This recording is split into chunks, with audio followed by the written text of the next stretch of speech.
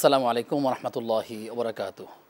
আলহামদুলিল্লাহি ওয়াকাফা ওয়া সালামুন আলা ইবাদিহিল্লাযীনা ইসতাফা আম্মা বা'দ। প্রিয় দর্শক শ্রোতা, আপনাদের প্রত্যেককে স্বাগত জানাচ্ছি দেশ টিভির নিয়মিত আয়োজন ইসলামী জীবন ও জিজ্ঞাসার আজকের পর্বে। আপনাদের সঙ্গে আমি আব্দুল কাহার রয়েছি। রাসূলুল্লাহ সাল্লাল্লাহু আলাইহি ওয়াসাল্লাম বলেছেন, আলা কুল্লুকুম রাইন ওয়া কুল্লুকুম মাসউলুন আন রাইয়াতিহি। জেনে রেখো, তোমরা প্রত্যেকেই দায়িত্বশীল, আর তোমাদের প্রত্যেকের অধীনস্থদের ব্যাপারে, দায়িত্বের ব্যাপারে তোমাকে জিজ্ঞাসিত করা হবে। প্রিয় দর্শক, অবশ্যই সেই কথা সঠিক, যে কথা আমার রাসূল সাল্লাল্লাহু আলাইহি সাল্লাম বলেছেন। আমরা প্রত্যেকেই দায়িত্বশীল, প্রত্যেকের নিজ অঙ্গনে, কিন্তু আমরা সেই দায়িত্বের প্রতি কতটা যত্নবান, জবাবদিহিতার জন্য আল্লাহ তাআলার কাছে কতটা বেশি আমরা প্রস্তুত আছি কিনা। যদি না থাকি, তাহলে আমাদের জন্য কী ভবিষ্যৎবাণী আছে, কী ক্ষতির দিক আছে, আমরা সেই বিষয়গুলো আজকে জানবার চেষ্টা করব। আমরা বিষয় নির্ধারণ করেছি ক্ষমতা নয়, দায়িত্বই হচ্ছে বড় কথা। যে যত বড় পদে আছেন, যে যত বড় পদে থাকেন, সেখানে তার দায়িত্বের পরিধিও বেশি, তার ঝুঁকিও বেশি এবং তার সম্মানও বেশি। সেক্ষেত্রে কী করা উচিত, আমরা সেই বিষয়গুলো জানবার চেষ্টা করব। আমাদের মাঝে আমন্ত্রিত হয়েছেন বিশিষ্ট গবেষক, লেখক, আমাদের প্রিয় মানুষ, শ্রদ্ধাভাজন ব্যক্তিত্ব, মুফাসসির কোরআন শায়েখ ডক্টর মুফতি মোহাম্মদ জাকারিয়া নূর। আসসালামু আলাইকুম রহমতুল্লাহি ওয়া বারাকাতুহু। ওয়ালাইকুম আসসালাম ওয়া রাহমাতুল্লাহি ওয়া বারাকাতুহু। কেমন আছেন আপনি? জি আলহামদুলিল্লাহ ভালো আছি, আপনি ভালো আছেন? আলহামদুলিল্লাহ, আল্লাহ রাব্বুল আলামিন ভালো রেখেছেন। আপনি দীর্ঘ হজের সফর থেকে এসেছেন, আপনি আমাদের জন্য কী দোয়া করেছেন শুরুতে যদি বলেন। আসলে আমার বন্ধু বান্ধব, আমার হিতাকাঙ্ক্ষী, শুভাকাঙ্ক্ষী এবং সহকর্মী সকলের জন্যই, এবং যারা অনেকেই দোয়া চান, সাধারণত হজে যাওয়ার সময় অনেকেই দোয়া চান, এবং এই দোয়া চাওয়াটা সুন্নাহ। রাসূলুল্লাহ সাল্লাল্লাহু আলাইহি ওয়াসাল্লামের হাদিস দ্বারা প্রমাণিত। ওমর রাদিয়াল্লাহু তাআলা আনহু যখন যাচ্ছিলেন, তখন বলছিলেন, ইয়া ওমর লা তানসানা ফি দুআইক, বা ইয়া উখাই লা তানসানা ফি দুআইক, যে ভাই তুমি আমাদেরকে তোমার দোয়ায় আমাদেরকে ভুলে যেও না। তো আমরা দোয়া করেছি সার্বিকভাবে আমাদের যারা আছে সকলের জন্য। একটা দোয়া সবসময় করি, সেটা হলো যারা বাইতুল্লাহ দেখতে পারে নাই, মসজিদে নববীতে নামাজ আদায় করতে পারে নাই, আরও অন্যান্য যে নিদর্শনগুলো আছে দেখতে পারে না, আল্লাহ যেন সকলকেই মৃত্যুর আগে অন্তত একবারের জন্য যেন বাইতুল্লাহ জিয়ারতে সেই তৌফিকটুকু দান করেন। আমিন আমিন। এটা অনেক বড় একটা দোয়া এবং বড় চাওয়া। এটি একটা মানুষের, মুসলিমের, ইমানদারের সবচেয়ে বড় চাওয়া। আল্লাহ সকলকে কামিয়াবি করুক, দোয়া এটা সবসময় করি, এখনও করছি। আল্লাহ সকলকে বাইতুল্লাহ দেখার তৌফিক দান করুন। জি আমিন। আপনার জন্য দোয়া করি, আল্লাহ তাআলা আপনার নেক হায়াত দান করুন। রব্বানা আতিনা ফিদ দুনিয়া হাসানাতাও ওয়া ফিল আখিরাতি হাসানা ওয়া কিনা আযাবান নার। আমিন আমিন। মুহতারাম, আমরা যে বিষয়টি নির্ধারণ করেছি আলোচনার জন্য, যে ক্ষমতা নয়, দায়িত্বই বড় কথা। তো আপনি আমাদেরকে শুরুকে বলবেন যে আসলে এর দ্বারা আমি কোন মেসেজটা আমরা দিতে চাই আসলে দর্শকদের কাছে। ইন্নাল হামদুলিল্লাহ ওয়াসসালাতু ওয়াসসালামু আলা রাসূলিল্লাহ ওয়া বা'দ। আসলে দায়িত্ব, ক্ষমতা, এই বিষয়গুলো আমরা প্রত্যেকেই কিন্তু ক্ষমতা নেয়ার জন্য খুব পারাপারি করি, কিন্তু আমরা কখনোই ভাবি না যে ক্ষমতাটা অথবা দায়িত্বটা নেয়ার পরে এটার ঝুঁকি কতখানি আছে। যেমন মনে করেন, মসজিদ কমিটির সভাপতি, সেক্রেটারি হওয়ার জন্য সবাই লালায়িত থাকে। School managing committee, governing body, এগুলির দায়িত্ব নেওয়ার জন্য সবাই খুব লভিং করে। কিন্তু একটা মানুষ যদি রাতে শুয়ে যদি চিন্তা করে যে আমি গভর্নিং বডির সভাপতি হব, কিন্তু স্কুলের আয় ব্যয় এগুলির উপরে যদি আমি টোটাল যদি সততা এবং নিষ্ঠার সাথে দায়িত্ব পালন করতে না পারি, কিয়ামতের ময়দানে আমাকে তো প্রশ্ন করা হবে। এই জবাবদিহির অনুভূতি যদি একজন মানুষের কাছে কখনো থাকে, তাহলে জোর করে দিলেও সে দায়িত্ব নিতে চাইবে না। এই জন্য কিন্তু ইসলামিক পলিটিক্স অথবা ইসলামিক দিক দর্শন বলি, অথবা ইসলামিক সিস্টেমে যদি বলি, তাহলে ইসলামিক সিস্টেমটা হলো এরকম যে কেউ নিজেকে যোগ্য মনে করে পদের প্রার্থী নিজেকে দাবি করতে পারবে না। যে কারণে আপনি দেখবেন ইসলামী দলগুলোর মধ্যে কেউ নিজেকে কিন্তু নিজের থেকে কোনো পদপ্রার্থী হিসেবে ঘোষণা করে না, বরং তাদের উপরে দায়িত্ব দেওয়া হয়। ঊর্ধ্বতন কর্তৃপক্ষ, ঊর্ধ্বতন যারা আছেন তারা দায়িত্ব দিয়ে দেন। দিয়ে দেওয়ার পরে তারাও সেই অক্ষমতার কারণে চিন্তা করেন, এত বড় দায়িত্ব আমাকে দিয়ে দেওয়া হলো, আমি এটা পারবো কিনা, এটার কারণে তারা খুব ভীত সন্ত্রস্ত থাকেন। এ ব্যাপারে রাসূলুল্লাহ সাল্লাল্লাহু আলাইহি সাল্লামের দুইটি হাদিস আছে। একটা হাদিসের বক্তব্য হলো যে যখন নাকি রাসূলুল্লাহ সাল্লাল্লাহু আলাইহি ওয়াসাল্লাম সাহাবীদেরকে বলছেন যে তুমি কারো কাছ থেকে কোনো পদ এবং পদবি তুমি তো কখনো চাইবে না, তুমি এটা কখনো চাইবে না। যদি কোনো মানুষ কোনো পদ পদবি চায়, তাহলে চেয়ে যদি নেয়, তাহলে ওয়াক্কিলাত ইলাইহি, তাহলে এই পদের দায় দায়িত্ব তার কাঁধেই চাপিয়ে দেওয়া, অর্থাৎ তার ব্যাপারে সহযোগিতার কোনো হাত থাকে না। কিন্তু যদি দায়িত্ব চেয়ে নেওয়া না হয়, বরং তার কাছে যদি দায়িত্ব দেয়া হয়, তাহলে সেই দায়িত্বটা যাতে পালন করা সহজ হয়, তাহলে তার জন্য তাকে সহযোগিতা করা হয়। তো সুতরাং দায়িত্ব, ক্ষমতা যেটাই আমরা পাই, সবচেয়ে বড় কথা হলো এটার জবাবদিহিতা অনেক বেশি আছে। আমরা রিসেন্টলি দেখেছি, এক দুই দিনে আজকেই দেখেছি যে বাংলাদেশের নির্বাচন কমিশনার তিনি বাংলাদেশের বিশাল সাবেক একটা নির্বাচন দায়িত্ব কমিশনার। ছিলেন এবং একটা নির্বাচন তিনি তার দায়িত্বে থাকাকালীন সময় তিনি করিয়েছেন, যেই নির্বাচনটা সারা বিশ্বের কাছে প্রশ্নবিদ্ধ ছিল এবং সেটার নাম ছিল রাতের ভোট, দিনের ভোট রাতে হওয়া। তো এবং সেই কথাগুলি তিনি ইনিয়ে বিনিয়ে কিন্তু সমর্থন না শুধু, বরং একেবারে নগ্নভাবে সহযোগিতা করে গিয়েছিলেন। তো দুঃখজনক হলেও সত্য যে তিনি একজন মুক্তিযোদ্ধা, তিনি উচ্চশিক্ষিত মানুষ এবং উচ্চ পদপদবীর মানুষ। তার এই দায়িত্বকাণ্ডহীন কথাবার্তা এবং তার দায়িত্ববোধ থেকে, জবাবদিহিতার অনুভূতি থেকে বেরিয়ে গিয়ে তিনি যেই কাজটি করেছেন সেটার খেসারত তিনি আজকে দিচ্ছেন। আমরা তার সাথে যে আচরণ হয় সেটাকে সমর্থন করতে পারি না, কিন্তু তিনি যেভাবে করেছেন মানুষের ক্ষোভ, মানুষের ঘৃণা এটা প্রশমিত করার জায়গা নাই, যে কারণে মানুষ নিজেকে কন্ট্রোলের বাইরে নিয়ে গেছে। তো এই কাজগুলো যারা যে দায়িত্বে থাকে, এখনও যারা দায়িত্বে আছে, তাদেরও চিন্তা করা উচিত যে আমি আমার এটা রাষ্ট্রের জিম্মাদারি, রাষ্ট্রের একটা দায়িত্ব আমার কাছে। এ ব্যাপারে জনগণের জবাবদিহিতা যেমন আমার কাছে আছে, সবচেয়ে বড় জবাবদিহিতা আল্লাহর কাছে আছে।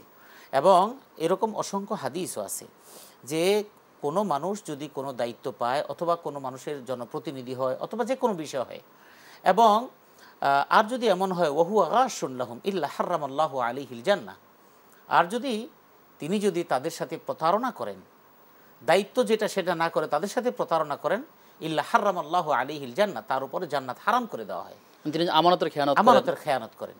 তাহলে এইরকম আমরা যদি চিন্তা করি, আমাদের রাষ্ট্রের বড় বড় দায়িত্বে যারা যান তারা কতটা আমানতের খেয়ানত করেন। স্বরাষ্ট্রমন্ত্রী যিনি হন তিনি হাজার হাজার মানুষকে হত্যাকাণ্ডের শিকার করেন এবং মায়ের কোল খালি করেন, স্ত্রীর বুক খালি করেন, সন্তানকে বাবাহারা করেন।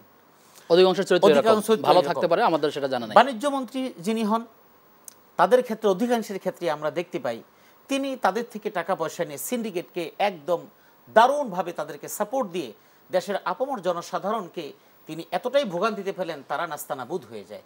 এরকম প্রতিটি মন্ত্রণালয়ে যিনি দায়িত্বে থাকেন, অথবা আমাদের দেশের বড় বড় সরকারি যে সমস্ত জায়গাগুলো আছে, মনে করেন ডেসা বলেন, ওয়াসা বলেন, বিদ্যুৎ বলেন, তারপরে আরও যেই অভাব তো নাই, একটা ছোটোখাটো একটা উপজেলা স্বাস্থ্য কমপ্লেক্স থেকে শুরু করে নিয়ে সচিবালয়ের সর্বোচ্চ চেয়ার পর্যন্ত সমস্ত জায়গাগুলো এক একটা দুর্নীতির ফ্যাক্টরি। তার মানে হলো আপনি নামাজ পড়ছেন, রোজা করছেন, আপনার উপর রাষ্ট্রের যে দায়িত্ব, সেই দায়িত্বটার ব্যাপারে আপনি একেবারেই ভুলে গেলেন।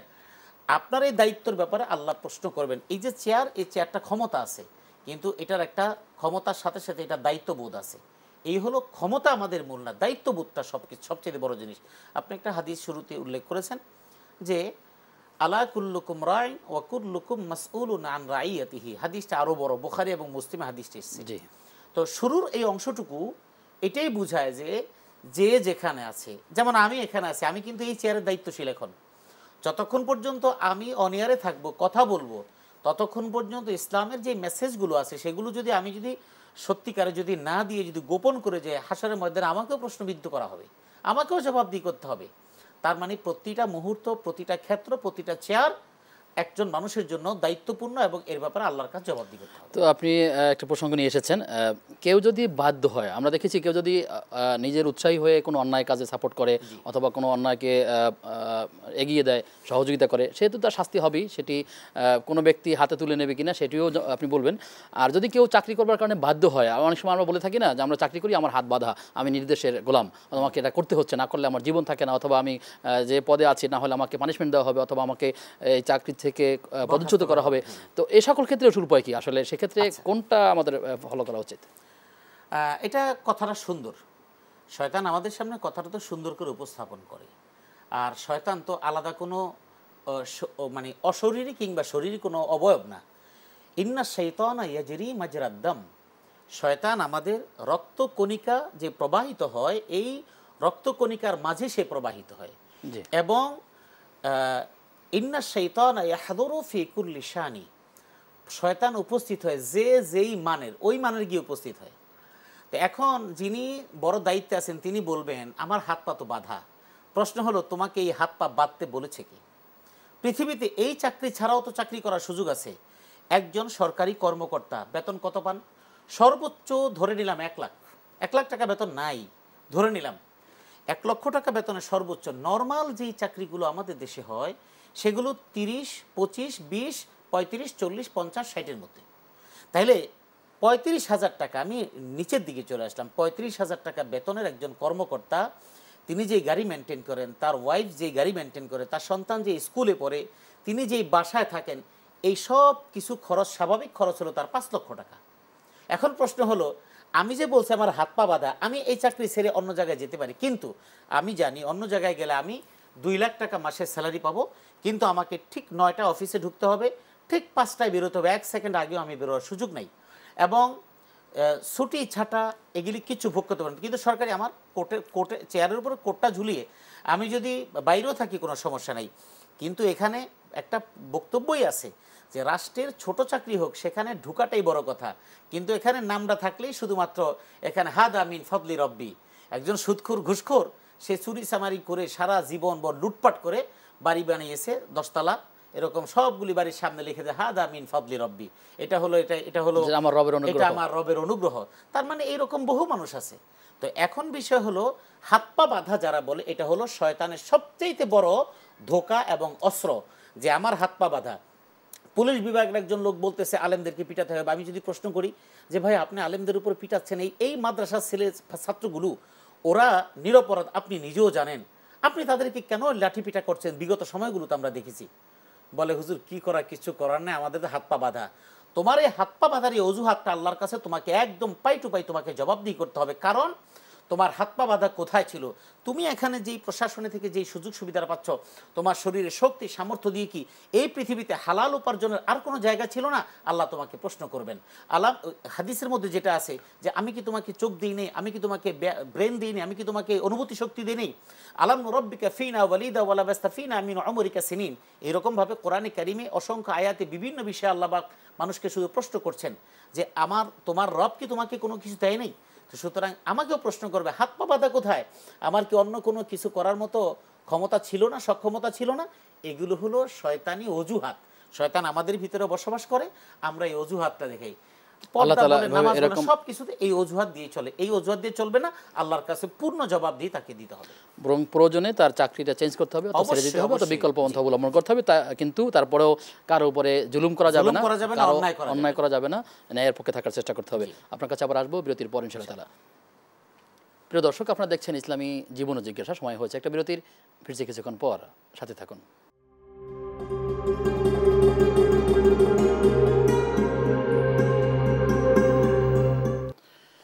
বিরতির পরে সবাইকে আবারও আমন্ত্রণ জানাচ্ছি দেশ টিভির নিয়মিত আয়োজন ইসলামী জীবন ও জিজ্ঞাসার আজকের পর্বে। আপনাদের সাথে রয়েছে আব্দুল কাহার, আমাদের সাথে অতিথি হিসেবে আছেন শাইখ ডক্টর মুফতি মোহাম্মদ জাকারিয়া নূর। মহতরম, আমরা জানি যে ইসরায়েলের সাথে ইরানের একটা যুদ্ধ চলছে, গোটা দেশব্যাপী, গোটা বিশ্বব্যাপী আলোড়িত নানা বিষয় ইস্যুতে নিয়ে। সঠিক সংবাদ আমরা যতটা জানতে পেরেছি আর কি, ইরানের অনেক হামলা তারা ক্ষতিগ্রস্ত হয়েছে। এখন প্রশ্ন আসছে যে তারা হচ্ছে শিয়া মত অবলম্বন করছেন, মুসলমানরা তাদেরকে সমর্থন করতে পারে কিনা, বা এই মুহূর্তে আসলে মুসলিমদের কি করা উচিত, কোন পক্ষে থাকা উচিত, এটা নিয়ে যদি একটু বিশ্লেষণ দেন। জি, এটা এখন সারা বিশ্বের মুসলমানদের কাছে এটা একটা খুব আলোচিত বিষয়। এটার উপর অনেক কিছু নির্ভর করছে, দেশের আগামী ভবিষ্যৎ কোন দিকে যাচ্ছে, আগামী ভবিষ্যৎ এবং জীবনযাত্রার মান সব কিছু মিলিয়ে। এখন এটা বিষয় হলো যে দেখেন, আমরা মুসলমানদেরকে আমাদেরকে কিন্তু বিভাজন করে রাখা হয়েছে, যুগের পরে যুগ করে বিভাজন সৃষ্টি করে রাখা হয়েছে। তো বিভাজনটা এভাবে আমরা কিন্তু দেখেছি, আপনি একটু স্বাভাবিক দৃষ্টিকোণ থেকে দেখেন, সারা এ পর্যন্ত বিশ্বের যতগুলো যুদ্ধ বিগ্রহ আমাদের বয়সে আমরা দেখেছি, সবগুলি যুদ্ধ কিন্তু মুসলিমদের বিরুদ্ধে। এবং এ পর্যন্ত যত ব্যক্তিদের ফাঁসি হয়েছে তাদের অধিকাংশই দেখবেন মুসলিম রাষ্ট্রপ্রধান এবং মুসলিম বিপ্লবী যারা, তাদেরকে কিন্তু ফাঁসিতে ঝুরানো হয়েছে। আজকের ফ্রান্স বলেন, স্পেন বলেন এবং যত দেশ বলেন, সবগুলো দেশ কিন্তু আগে অনেক অনেক ভূখণ্ড নিয়ে তারা ছিল। দীর্ঘদিন কিন্তু তাদের অধীনস্থ যারা ছিল মুসলমানদেরকে তারা হত্যা করেছে। ফ্রান্সের ইতিহাস দেখলাম, তারপরে স্পেনের, তারা ফ্রান্সের অধীনে আলজেরিয়া ছিল, তিউনিসিয়া ছিল, আরও বিভিন্ন দেশগুলো ছিল, তারা কিন্তু সবসময় মুসলমানদেরকে নিধন করেছে। নিকট অতীতে যখন নাকি আফগানিস্তানে 80-র দশকে রাশিয়া সোভিয়েত ইউনিয়নের যে আগ্রাসী ভাব ছিল, সেই সময় কিন্তু তাদেরকে দমন করা হয়েছে। এর পরবর্তীতে আমেরিকা, মুসলমানরাই সব জায়গায় ক্ষতিগ্রস্ত। এখন আমরা আফগানিস্তানে যখন ছিল তখন আমরা তালেবান সরকার ছিল, তাদের বিরুদ্ধে আমরা একটা প্রপাগান্ডা, এরা উগ্রপন্থী এই সেই দিয়ে। এরপরে যখন নাকি ইরাকে গেল, তখন ইরাক ইরান সেখানে শিয়া সুন্নি যুদ্ধ লাগিয়ে দিল এবং এটা মানে পরিপূর্ণ পরিষ্কার সেটা আমেরিকা এই কাজটা করিয়েছিল। এরপরে যুদ্ধ শেষ হলো, লিবিয়াতে গাদ্দাফিকে মারা হলো, লিবিয়ার জনগণকে উস্কে দেওয়া হলো, একমাত্র আমেরিকা এই কাজটা করেছে। ইহুদি খ্রিস্টান জোট করেছে। ইরাকের জনগণকে সাদ্দামের বিরুদ্ধে লেলিয়ে দেওয়া হলো এই আমেরিকা এবং ইহুদি খ্রিস্টান জোট মিলে। এরপরে ফিলিস্তিনে সেখানে বসতি স্থাপন, পরবর্তীতে আক্রমণ, সেখানে আমাদেরকে বিভিন্ন আমাদের ভাইয়েরা তারা বলল যে না এটার বিপক্ষে, কারণ হামাসের চিন্তা চেতনা তাদের সাথে মিলে না। ইয়েমেনে আক্রমণ করা হয়, বলে হুতি বিদ্রোহী তাদের বিরুদ্ধে, তাদের চিন্তা চেতনা আমাদের মতো না। এই যে শিয়া এবং সুন্নি এই দ্বন্দ্ব লাগিয়ে দূরের সরে রাখা, এটা ইহুদি এবং খ্রিস্টানরা বুঝে এবং তারাও এটা সৃষ্টি করে, কারণ তারা কাউকে ডলার দিচ্ছে, কারো বিভিন্ন সুযোগ সুবিধা দিচ্ছে, সুযোগ সুবিধা দিয়েই তারা কিন্তু তাদের মধ্যে এই আবহাওয়াটা তৈরি করছে। এবং ইসরায়েলে যারা সৈন্য, এই সৈন্যদের মধ্যে অনেক মুসলমান আছে, ইসরায়েলে অনেক মুসলমান আছে, তারাও কিন্তু যুদ্ধ করতেছে, তারা ইসরায়েলি সৈন্য কিন্তু মুসলমান, অথচ মুসলমানদের বিরুদ্ধে, কারণ সুবিধা পাচ্ছে। এখন শিয়া এবং সুন্নি মতাদর্শের এখন সময় না, কারণ তারা আমাদের কিবলাকে কিবলা মানে নামাজ আদায় করে, হ্যাঁ চিন্তা চেতনার পার্থক্য আছে, তবে এই শিয়াদের মধ্যে অনেকগুলো ফেরকা আছে, অনেকগুলো দল আছে। এখন আমাদের বাংলাদেশে যদি এরকম আক্রমণ, এবং তো হয়ই, যদি এখানে আমাদের অনেকগুলো ভাব, যদি আলেমুল আমাদেরকে বলে যে এরা তো কওমি, এদের সাথে আমাদের চিন্তা চেতনা, এরা তো আলিয়া, এরা তো অমুক, এরা তো তমুক, এরা তো আহলে হাদিস, এরা তো লামাযহাবী, এই যে ফিতনা করে যখন নাকি আলাদা করা হয়, দিন শেষে কি আমরা তো মসজিদে গিয়ে নামাজ আদায় করি। এটা হলো ইহুদি খ্রিস্টানদের একটা চিন্তা চেতনা, সেটা মুসলিমদের মাধ্যমেই সারা ওয়ার্ল্ডের মধ্যে ডিভাইডেশন সৃষ্টি করা হচ্ছে। এখন এই মুহূর্তে ইরান শিয়াপন্থী হতে পারে, আমাদের ইরান শিয়াপন্থী হতে পারে, অমুক দেশ অন্যপন্থী হতে পারে, কিন্তু তারা মুসলিম। এই অর্থে আমরা ইরানকে সাপোর্ট করছি শিয়া হিসেবে না, আমরা ইরানকে সাপোর্ট করছি ইসরায়েলের প্রতিপক্ষ হিসেবে। ইসরায়েল আঘাত করতেছে, আমরা ইসরায়েলকে নাস্তানাবুদ করার পক্ষে আমরা সমর্থন দিচ্ছি, যাতে করে ইরান অন্তত পক্ষে তাদেরকে সমর্থন দিয়ে তারা যাতে করে মুসলিম উম্মার সবচেয়ে শক্তিশালী এবং সবচেয়ে বড় বিভৎস ভয়ঙ্কর দুশ্মন ইসরায়েলকে যেন শায়েস্তা করা যায়। ট্রাম্প বা আমেরিকা তারা যে নীতিতে আছে, এই নীতিটা যে মুসলিম বিধ্বংসী, এটার বিপক্ষে আমরা মতামত দিচ্ছি। এক্ষেত্রে শিয়া সুন্নি অমুক তমুক এই মতামত বসে নিয়ে থাকার কোনো সুযোগ নেই। আমাদের সমর্থনটা ইরানের পক্ষে, মুসলিমদের পক্ষে, ইহুদিদের এবং খ্রিস্টানদের বিপক্ষে। মুসলিমরা সকলেই ভাবছে, সকল দল ভাবছে যে আসলে এই মুহূর্তে আমাদের এক হওয়া প্রয়োজন, মুসলিম উম্মাহ এক হওয়া দরকার। জি, বাধা কোন জায়গায়, করণীয়টাকে সেক্ষেত্রে মুসলিম উম্মাহ ভাবছে আমাদের এক হওয়া দরকার, কিন্তু বাধাটা এক জায়গায়, সেটা হলো ফাতারাল্লাযীনা ফী কুলূবিহিম মারাদুন ইউসারিউনা ফীহিম ইয়াকুলুনা নাখশা আন তুসিবানা দায়রা। কোরআনের সূরা মাঈদার মধ্যে যেখানে আল্লাহ পাক বলেছেন যে তোমরা ইহুদি এবং খ্রিস্টানদেরকে তোমরা কখনো বন্ধু হিসেবে গ্রহণ করো না, বাদহুম আউলিয়াউ বাদ, তারা কিন্তু একে অপরের বন্ধু, তোমাদের জন্য আসবে না কিন্তু।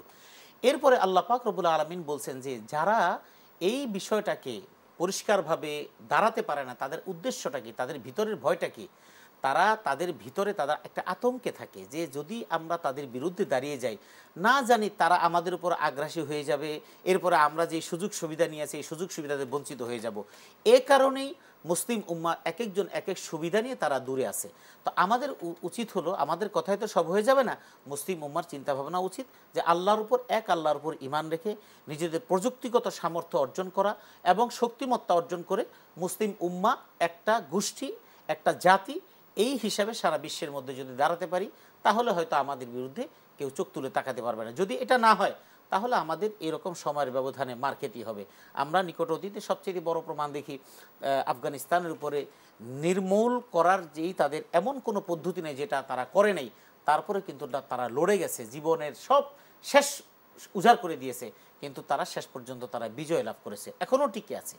যদি আমরা সেভাবে করতে পারি তাহলে আমরা টিকে থাকবো, আর যদি আমাদের ইমানের দুর্বলতা হয় তাহলে আমরা হয়তো নড়বড়ে হয়ে যাব। এটাই হলো এখন সবচেয়ে। আল্লাহ তাআলা আমাদেরকে সঠিক বিষয়টি বুঝে এগিয়ে যাওয়ার তৌফিক দান করুন। মোহতারাম, প্রশ্ন হচ্ছে সালাত বিষয়ক, যে নামাজ পড়ার জন্য কোন ধরনের পোশাক পরা পুরুষের জন্য জরুরি কিংবা নারীর জন্য? কোরআনে কারিমে আল্লাহ পাক বলছেন, ইয়া বানি আদমা খুদু জিনাতাকুম ইনদা কুল্লি মসজিদ। ইনদা কুল্লি মসজিদ, এই আয়াতের ব্যাখ্যা সমস্ত মুফাসসিররা বলছেন ইনদা কুল্লি সালাতিন, তার মানে তুমি সুন্দর পোশাক পরবে প্রত্যেক নামাজের সময়। এখন সুন্দর পোশাক কি? সুন্দর পোশাক এই কোরআনে কারিমে যেটা আল্লাহ পাক বলেছেন যে কদ আনজালনা আলাইকুম লিবাসান ইউওয়ারি সাওআতিকুম ওয়ারিশা, এমন পোশাক হতে হবে স্বাভাবিক দৃষ্টিকোণ থেকে। এক নাম্বার হলো আমার সতর পুরা ঢেকে যেতে হবে, এরপরে দুই নম্বর হলো ইউয়ারি সাওয়াতিকুম ওয়ারিশা, রেশ মানে হলো জিনা, তার মানে হলো যে সুন্দর হতে হবে। নামাজের পোশাকটা নারী পুরুষ নির্বিশেষে আমার পোশাকটা সুন্দর হতে হবে। সুন্দর, পবিত্র। নতুন পোশাক হওয়া শর্ত না, পোশাকটা আমার পুরান হতে পারে, কিন্তু এটা যেন নোংরা না হয়, এটা গায়ে দেওয়ার পরে যেন দুর্গন্ধ না ছড়ায়, এবং নামাজে বা যে কোনো কাজে ফ্রেশ পোশাক আশাক পরলে কিন্তু নিজের ভিতরে একটা ফ্রেশ ভাব থাকে। সুতরাং আমার পায়জামাটাও যেন সুন্দর হয়, পরিচ্ছন্ন হয়, লুঙ্গি আমার আমার বোনেরা যেটা সালোয়ার কামিজ পরেন, যা পরেন সেটা যেন পরিচ্ছন্ন হয়, পাক হয়। এই সুন্দর পোশাক পরেই তিনি নামাজ আদায় করেন। জি, ছোট্ট করে উত্তরটা নিব যে অনেকের প্যান্ট পরেন, কিন্তু এরপরে আবার ভিতরে আন্ডারগার্মেন্টস থাকে কিংবা তার শর্ট প্যান্ট থাকে, যদি সেটা অপবিত্র হয় প্রস্রাবের দ্বারা, উপর যদি প্যান্টটা যদি পবিত্র থাকে সেক্ষেত্রে তার সালাত আদায় হবে কিনা? হ্যাঁ, সালাত আদায় করতে গেলে তখন ওই নিচের যে ছোট প্যান্ট, সেই ছোট প্যান্টটা খুলে ফেলবে। সেই ছোট প্যান্টটা খুলে তিনি প্যান্ট পরছেন, এই প্যান্ট পরে তিনি নামাজ। কিন্তু অনেকে অফিস আদালতে থাকে, অনেক সময় বাসা থেকে রওনা করে আসছেন, কিন্তু পথিমধ্যে অফিসে যাচ্ছেন, হয়তো তার অপবিত্র হয়ে গেছে, এখন তো অনেক সময় চাইলেই তিনি পরিবর্তন করতে পারছেন না। পরিবর্তন না, ওই প্যান্টটা তিনি খুলে ফেলবেন। আচ্ছা, ওই প্যান্টটা তিনি খুলে বাথরুমে গিয়ে তিনি এটা কাজ করে ফেলবেন। ওটা খুলে তিনি প্যান্টটা যেহেতু পরিষ্কার আছে, এটা দিয়ে তিনি নামাজ আদায় করবেন। এরপর আল্লাহ তাআলা আমাদের নামাজ শেষে তিনি আবার পড়ে ফেললেন। ইবাদতে সংশ্লিষ্ট সকল মাসালাগুলো জানার তৌফিক দান করুন। আপনাকে ধন্যবাদ জানিয়ে আপনি থেকে বিদায় নিচ্ছি। বারাকাল্লাহু ফিকুম। প্রিয় দর্শক, আপনারা দেখছিলেন দেশ টিভির নিয়মিত আয়োজন ইসলামী জীবন ও জিজ্ঞাসা। আমি যতগুলো বিষয় এখানে উঠে এসেছি, আল্লাহ তাআলা আমাদেরকে আমল করার তৌফিক দান করুন। আজ এ পর্যন্তই। আগামী অনুষ্ঠান দেখবার আমন্ত্রণ জানিয়ে আজকের মতো বিদায় নিচ্ছি। আসসালামু আলাইকুম ওয়া রাহমাতুল্লাহি ওয়া বারাকাতুহু।